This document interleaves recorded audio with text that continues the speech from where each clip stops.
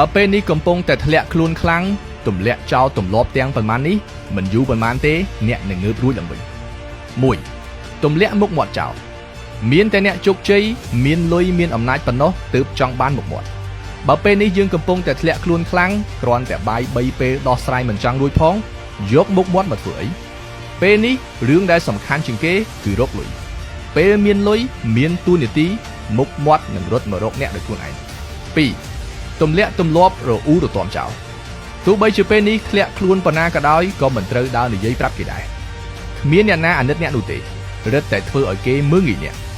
ថ្ងៃក្រោយរកស៊ីសហការរឹតតែពិបាកបើខ្លួនក្រខ្លួនពិបាកបិទមាត់ឲ្យចិត្តទៅហើយអោនក្បាលខំរកវិញចាំថ្ងៃក្រោយមានបានចាំទៅរកមិត្តភ័ក្តិសប្បាយសាទរក៏មិនយឺតពេកដែរ 3. ទម្លាក់ទម្លាប់ស្ដីបន្ទោសខ្លួនឯងចោលបើធាត់ទៅហាត់ប្រាណបើអត់ចេះទៅរៀនបើអត់លុយទៅរកទៅក៏មួយថ្ងៃស្ដីបន្ទោស